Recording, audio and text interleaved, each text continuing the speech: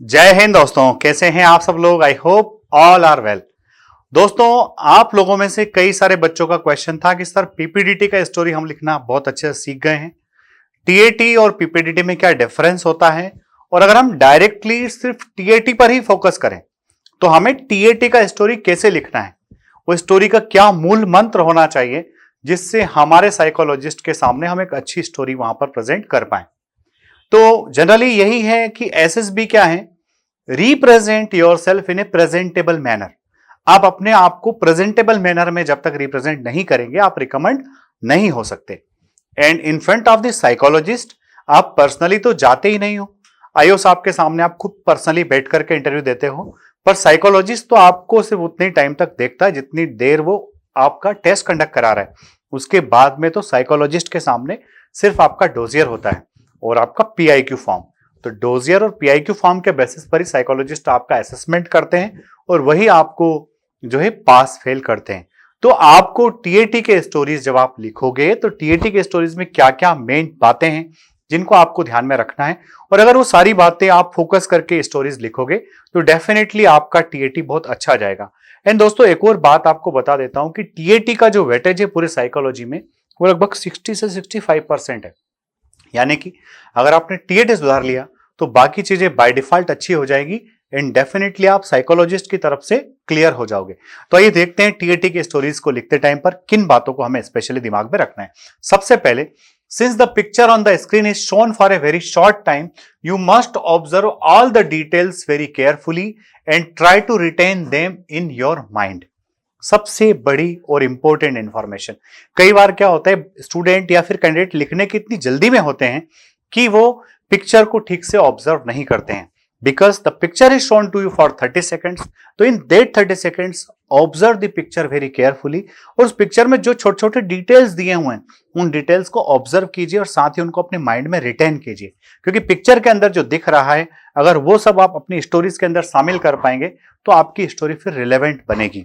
Next point हम देखते हैं, when writing the story remember the 3 essential elements. जो भी स्टोरी आप लिखेंगे उस स्टोरी के 3 एसेंशियल एलिमेंट्स हैं। Number 1, the hero. सबसे पहली बात कि आप जब स्टोरी लिख रहे हो तो आपकी स्टोरी का हीरो आपके माइंड में होना चाहिए, आपकी स्टोरी का प्लॉट और उस स्टोरी का outcome.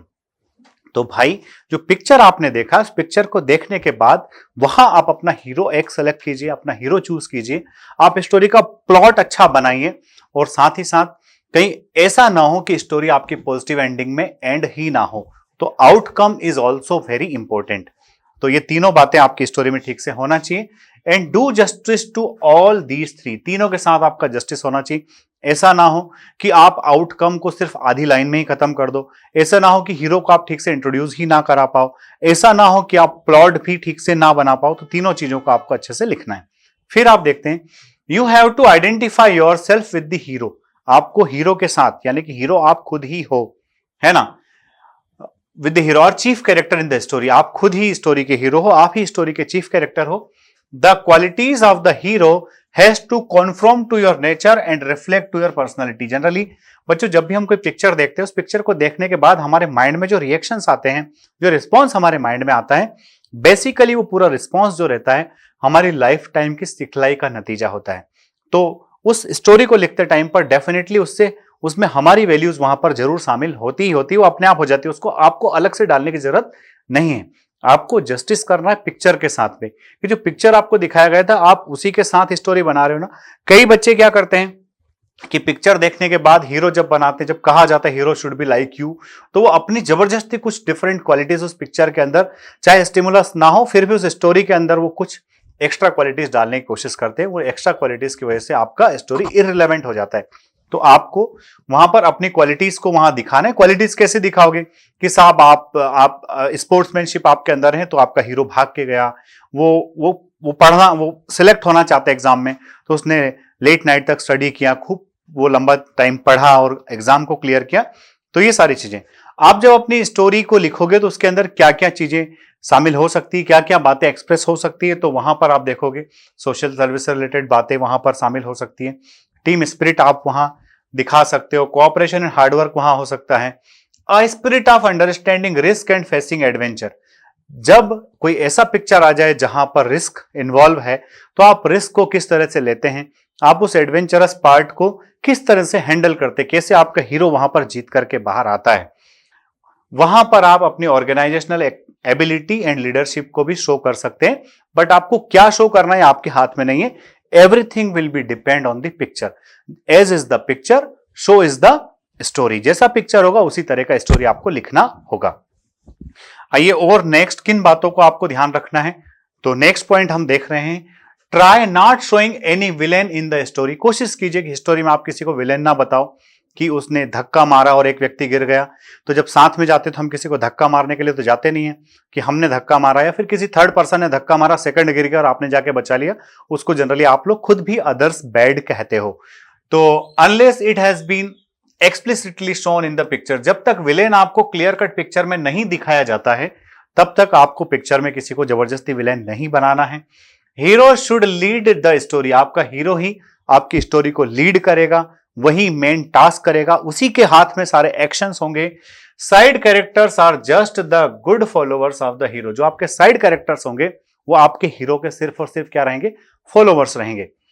Right entire story in the past tense. General देखो ये जो पॉइंट है पास्ट टेंस में स्टोरी लिखने का कहा जाता है, बट आप जो मैसेज देना चाहते हैं, आप स्टोरी के थ्रू जो मैसेज कन्वे करना चाहते हैं, उस मैसेज को कन्वे करने के लिए आप पास्ट के साथ साथ प्रेजेंट और फ्यूचर जो भी है उसका इस्तेमाल आप कर सकते हैं। तो आप जो है यहां पर इस तरह से टेंस, तीनों टेंस यूजुअली स्टोरीज पास्ट में लिखते हैं और पास्ट के साथ साथ प्रेजेंट फ्यूचर का इस्तेमाल भी आप कर सकते हैं। ठीक है, आगे देखिए, hand writing should be clean and clear. सबसे बड़ी बात यहां पर आती है कि आपके थॉट्स चाहे कितने भी अच्छे हो, अगर आपने एकदम रफ हैंड राइटिंग में लिखा है, एकदम एकदम चलते चलते फटाफट से लिखा है, तो साइकोलॉजिस्ट का अगर मन नहीं हुआ आपकी स्टोरीज को पढ़ने का, आपके वर्ड्स अगर क्लियरली रिटन नहीं है, साइकोलॉजिस्ट को समझ में नहीं आएंगे। और अगर साइकोलॉजिस्ट को समझ में नहीं आए तो फिर क्यों दिमाग लगाएगा आपकी स्टोरी में पढ़ने में। तो आपकी जो स्टोरीज है वो क्लीन एंड क्लियर होना चाहिए, वहां पर कटिंग और ओवरराइटिंग नहीं होना चाहिए, क्योंकि अगर आप कट करते हो या फिर ओवरराइट करते हो तो कंफ्यूज्ड माइंड का सिंबल है, तो आपका कंफ्यूज्ड माइंड वहां पर इस तरह शो नहीं करना है। Sentence should be short and crisp. आपके जो सेंटेंसेस हैं वो शॉर्ट एंड क्रिस्प होना चाहिए, बहुत लंबे लंबे और फिजूल के वर्ड्स, वहां पर अननेसेसरी वर्ड का इस्तेमाल आपको नहीं करना है। These are the tips for the TAT story writing. इन लास्ट स्लाइड में आपको और क्या उस टीएटी के स्टोरी के अंदर करना है जिससे आपका स्टोरी और बहुत ही शानदार हो जाए, तो वहां पर देखिए बच्चों, convert a negative picture into positive one. अगर पिक्चर नेगेटिव भी दिख रहा है तो वहां आप क्या पॉजिटिव निकाल करके ला सकते हो, वो आपको वहां पर कोशिश करना है। तो नेगेटिव पिक्चर को कन्वर्ट कीजिए पॉजिटिव आउटकम के साथ। द थीम और plot of the story should be with in the limitations of a normal human being. देखिए, हम सब को एकदम शक्तिमान तो है नहीं कि कुछ भी करेंगे और कुछ भी हो जाएगा, इसलिए हमारी जो स्टोरी है, उसका जो थीम है, उसका जो प्लॉट है, वो नॉर्मल ह्यूमन बीइंग के आसपास होना चाहिए। Interesting but normal situation should be created and the hero assisted by the other characters in the story should be able to tackle the situation. आप जो भी प्रॉब्लम उस स्टोरी के अंदर डाल रहे हो, आपका हीरो उस प्रॉब्लम को हैंडल करने में सक्षम होना चाहिए। अगर आपका हीरो उस प्रॉब्लम को हैंडल कर पा रहा है, यानी कि आपने सही स्टोरी लिखी। नहीं तो कई बार क्या होता है कि आपने प्रॉब्लम खड़ा किया और वो प्रॉब्लम आपसे हैंडल नहीं हो रहा है, कोई और आके उस प्रॉब्लम को अगर संभाल रहा है, तो फिर आपकी लीडरशिप वहां शो नहीं हो रही, कोई और ही आपके ग्रुप को लीड कर रहा है। And resolve them to the best of his capacity. आप जो प्रॉब्लम वहां डाल रहे हो, आपका हीरो उस प्रॉब्लम को लीड करेगा, फेस करेगा और उसको अपनी कैपेसिटी के अकॉर्डिंग रिजोल्व करेगा, leading to a logical and happy ending. और एंडिंग हमेशा कैसी होगी भाई, लॉजिकल होगी और हैप्पी एंडिंग होगी। The candidate has to identify himself with the hero और चीफ कैरेक्टर, ये हम पढ़ चुके हैं।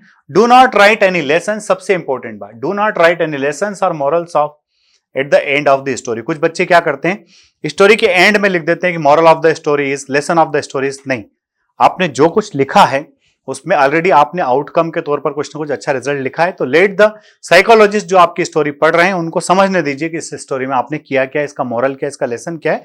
तो मॉरल और लेसन आपको अलग से लिखना नहीं है, ठीक है। लीव इट टू द, आपके साइकोलॉजिस्ट पर छोड़ दीजिए। Do not describe what you see in the picture, है ना। आपको ये डिस्क्राइब नहीं करना है कि आपको पिक्चर में एक रिवर दिख रहा है, एक ट्री दिख रहा है, ये सब नहीं। But express the thoughts, feelings and actions of the characters in the picture. आपको उस कैरेक्टर्स के थॉट्स, उसके इमोशंस, उसके फीलिंग्स को एक्सप्रेस करना है कि वो जब सिचुएशन उसने देखा तो क्या लिखा। तो डियर स्टूडेंट्स, इस पूरे वीडियो को देखने के बाद में आई होप कि आपको क्लियरली समझ में आ गया होगा कि टेट के स्टोरी को आपको कैसे लिखना है। आप भी बढ़िया प्रैक्टिस कीजिए।